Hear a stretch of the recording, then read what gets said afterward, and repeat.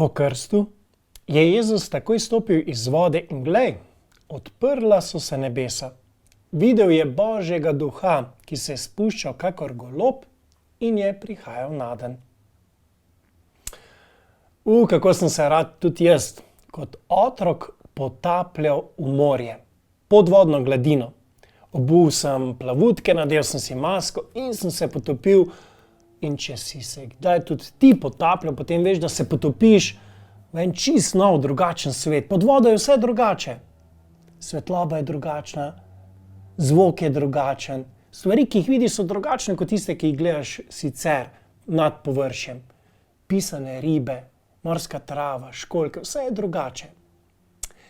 In nekaj podobnega bi lahko rekli se zgodi tudi s svetim krstom, ko si bil tudi ti, če si krščen, kakor Jezus potopljen v vodo. Jezus je bil dobesedno potopljen, smo slišali, ker ga je Janez Krstnik potopil v reko Jordan. Ti nisi bil potopljen, ampak duhovnik te je oblil z vodo. Ampak zgodila se je pa podobna skrivnost. S krstom si stopil v en čist nov, drugačen svet. Svet, v katerem zdaj pripadaš Bogu in cerkvi. Dobil si nove brate in sestre, ki jim rečemo kristjani. In dobil si Boga kot posebnega sopotnika v svojem življenju in njegovega svetega duha, ki te od takrat naprej vedno spremlja. In tudi tebi Bog govori to, kar je rekel Jezus pri svetem krstu od takrat naprej.